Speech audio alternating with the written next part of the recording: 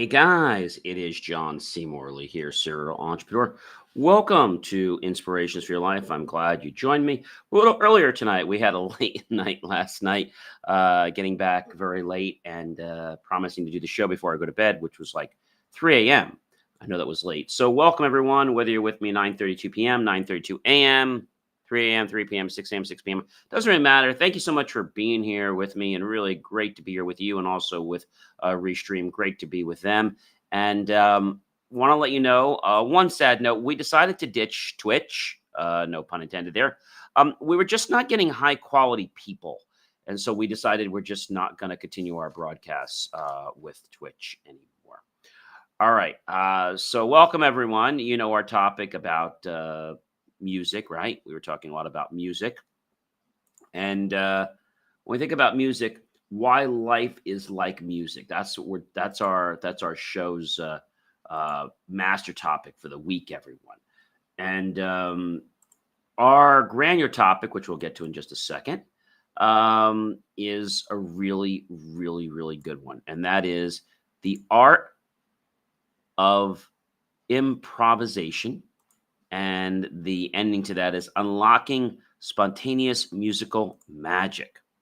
And remember, we're comparing music and our lives together. That's very important. So welcome to the show.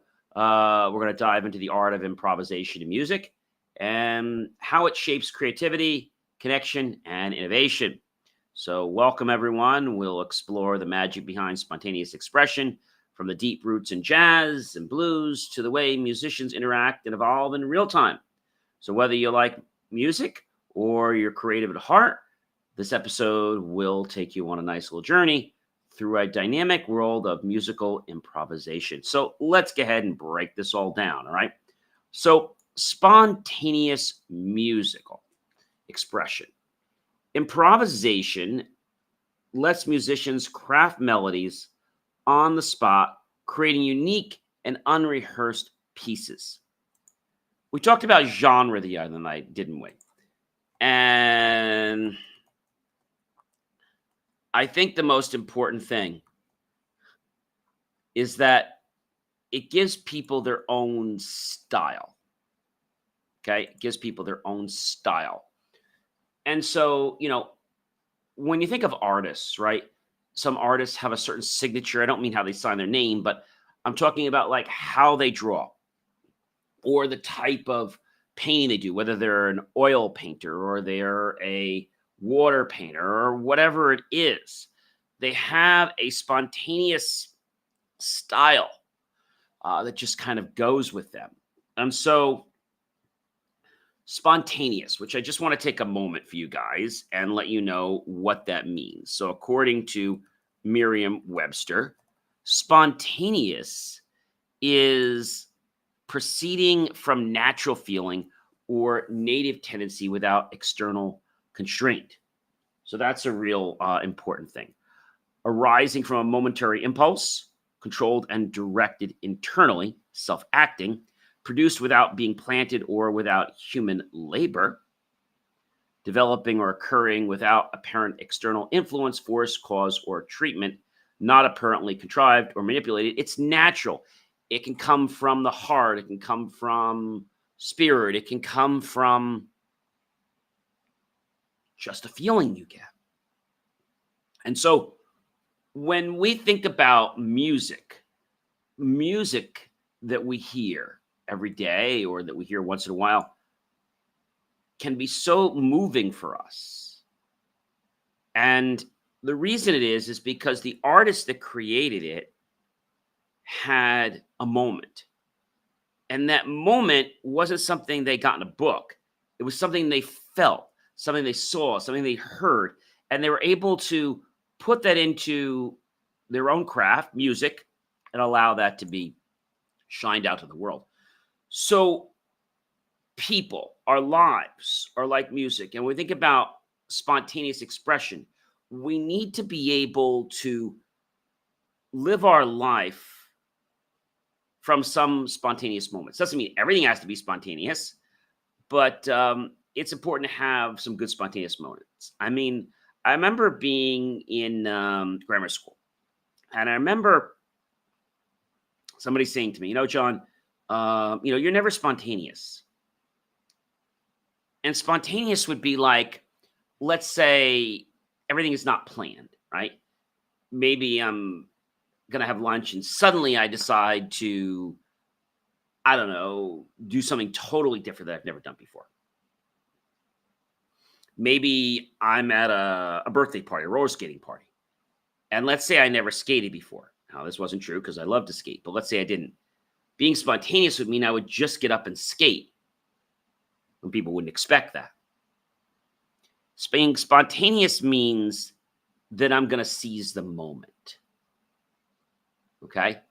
I'm not going to look for anybody else's approval or whether they're judging me appropriately.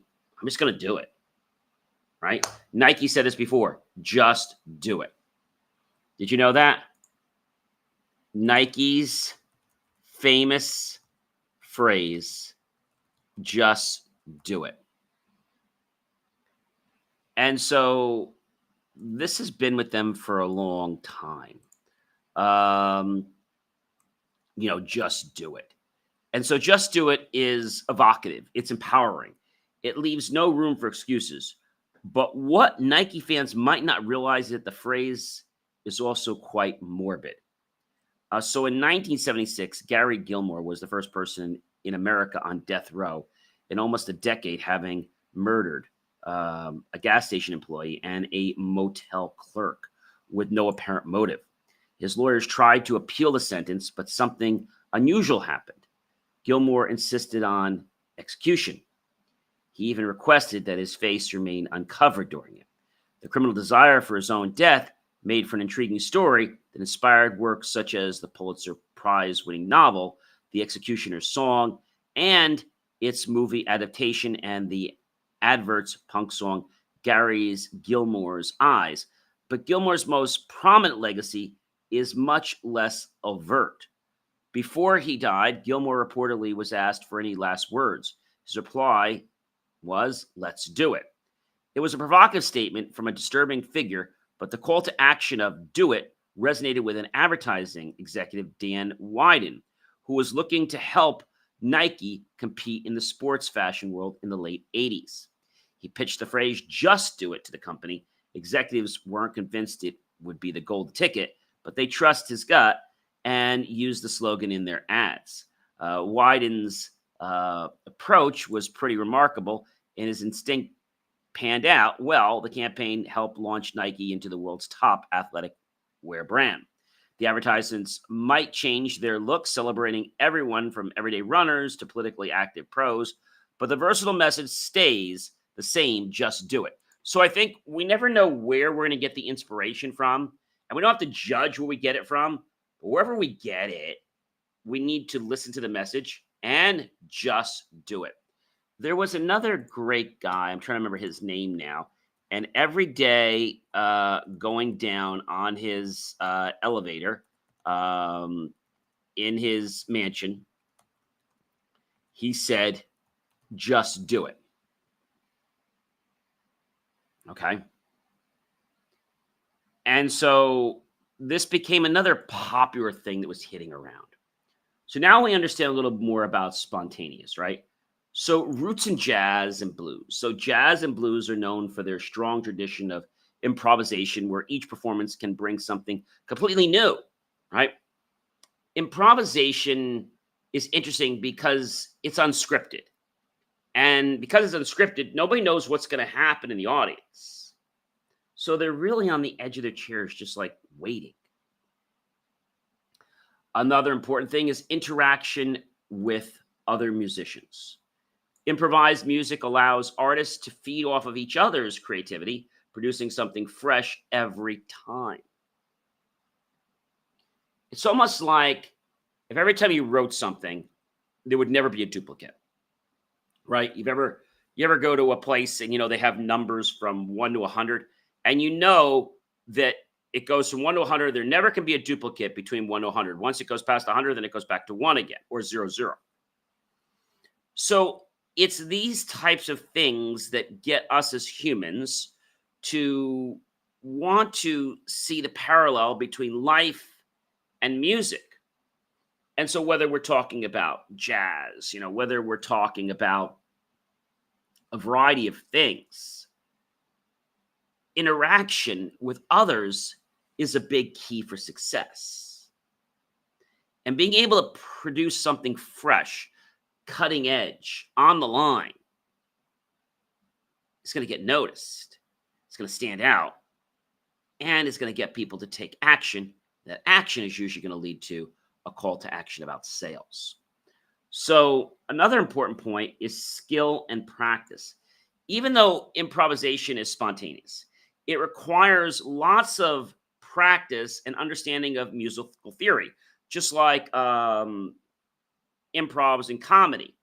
They have to practice thinking on their feet. I know when I was a Toastmaster, they always had something called table topics, and we had to get up and we had to speak. So I would basically pick one of the table topics up. I would read it real quickly, and then wouldn't take long, and then I would just get right into it.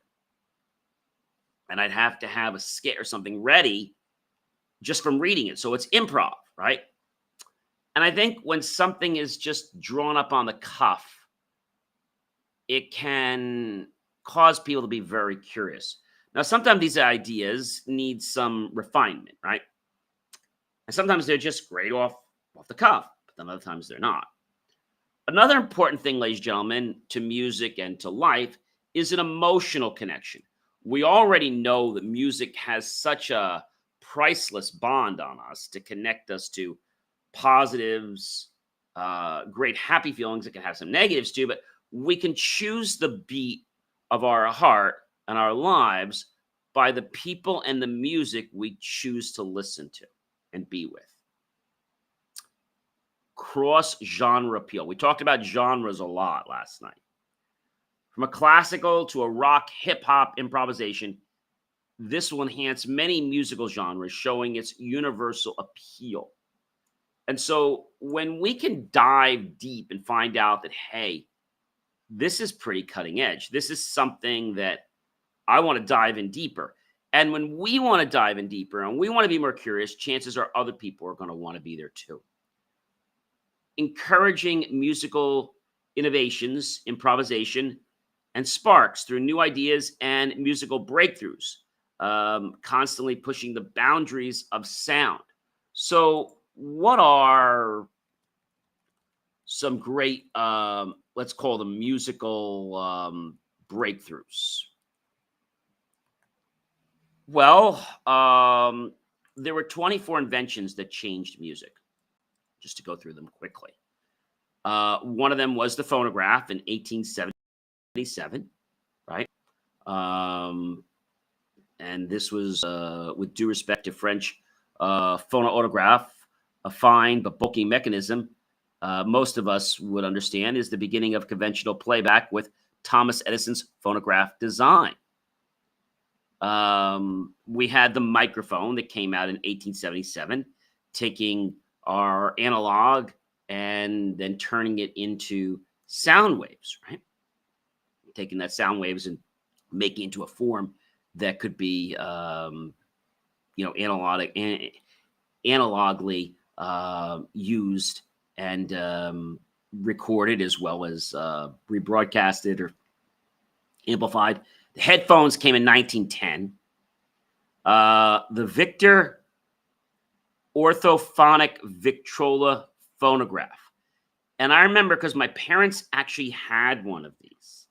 It was a weird thing because it was this great big piece of furniture. And you had this top you opened.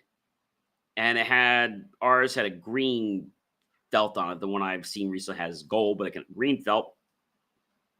And there was a little box where the needles literally were in, because the needles apparently wouldn't last so long, like on the newer, they call them Victrolas and stuff like that.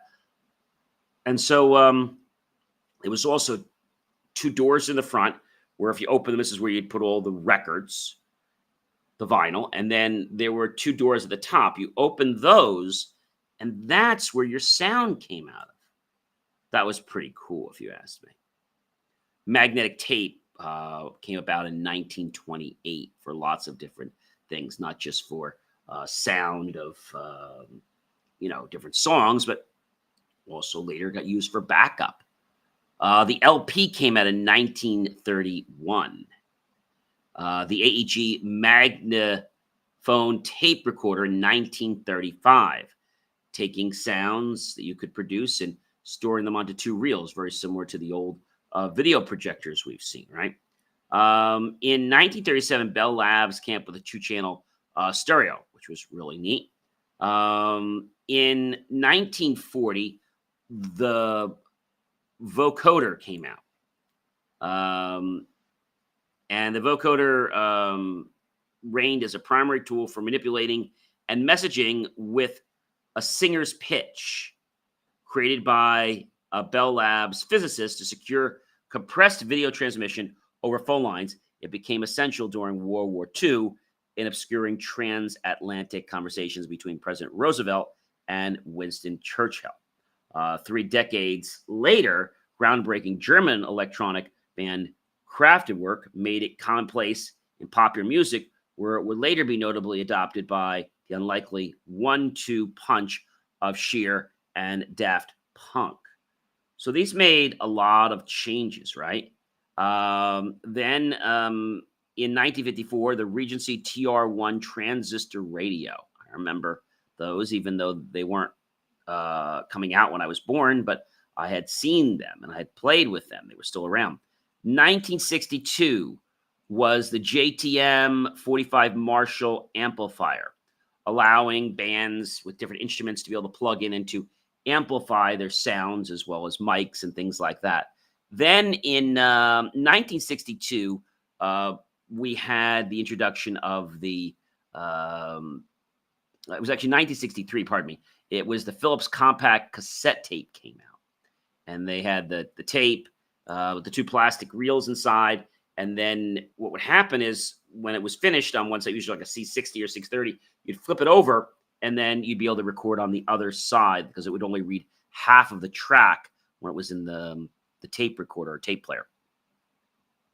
So the Philips, it was called the Philips compact. It was the Philips compact cassette tape is what we call this. And then in 1965, the 8-track tape came out. A few people played around with this, and this was kind of interesting for a lot of people to see, because you're able to put this tape, this big cartridge, if you will, in an 8-track player. In 1964, they produced a beta version of this 8-track model, a beginning learning device for efficient updates of the inventor George Ish's Phytoplaque for RCA and Ford executives. The former licensed their music catalog to Lear, while the later offered 8-track player installations in their 66 models. It was a clunky, EP host, and it may have been short-lived and become a lot of jokes, but it also facilitated a permanent shift in how we listen to music in our cars, and still makes for terrific retro kitsch decor. In 1972, the year I was born, Technics, so I had all Technics stuff. Technics SL-1200 turntable came out. So that was a higher end version of a Victrola. Had a very, very good needle. In 2010, Audiophiles mourned Panasonic's announcement that they ceased production of the Technics SL-1200s. So for nearly 30 years, the silver and black decks had been popular, but they really caused a sensation when the MK2 hit the streets in 1979. It improved pitch adjustment capability, simplified the start and stop button and quartz lock control system, coupled by Technics' existing direct drive motor, as opposed to the more tenuous belt systems. So I remember this because you'd put your record down, you would press a button, and it would literally lift up, come over, it would know where the record is and would start. You just have to tell it whether it was a 33 or a 45, so it would know where to bring the needle over to, and also it would actually know how fast to spin it. Because when you spinned the 45s, they had to spin faster. When you spin the 33, they spinned much slower. So pretty cool. The Sony Walkman, which I had one of those, that was introduced in 1979. A few commercial products defined the 1980s, like the Sony Walkman, which arrived in 1979 as a convenient, fashionable way to make an already portable innovation even more portable, listening to music on the go with a tape. Later on, they added the AM/FM radio to it, which made it even more snazzy. In 1982, the commercial compact disc came out. Laser once evoked futuristic folder, yet back into the 1979, based on experiments 5 years in the making, Philips and Sony cracked heads on an optical 12-centimeter audio disc that could reproduce hi-fi worthy sound. And then that later became the end, I should say, of the cassette, okay, tape.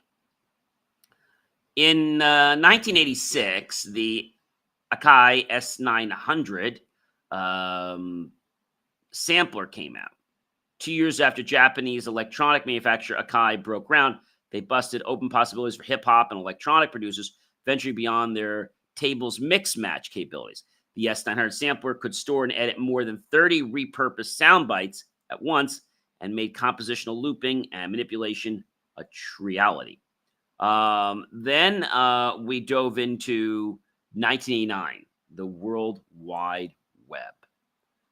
Then after that happened, we're starting into things like Pro Tools in 1991 and other software. Then the MP3 came in 1995, right? In 1997, the Auto-Tune software system came out for computers. Then in the 2001, the iPod came out. There was also an iPod Nano, by the way. In 2004, that's when GarageBand released. And then around, it was 2007, SoundCloud came out, right? So lots of interesting things. So we definitely can see, ladies and gentlemen, that innovation in music is very present indeed. So cultural variations, many world music traditions embrace improvisation like Indian classical music, where each performance is distinct. And I think music allows us an opportunity to just sit back and enjoy. Ladies and gentlemen, if you don't know who I am by now, I'm Mr. John C. Morley, serial entrepreneur. It's been a privilege, pleasure, and honor to be with you this fantastic evening. Do scan my QR code and visit BelieveMeAchieve.com for more of my amazing, inspiring creations. And ladies and gentlemen, I'm going to catch you guys on the next J More Tech Talk show if I don't see you on one of my other shows first. Take care and have a great evening, everyone. Good night.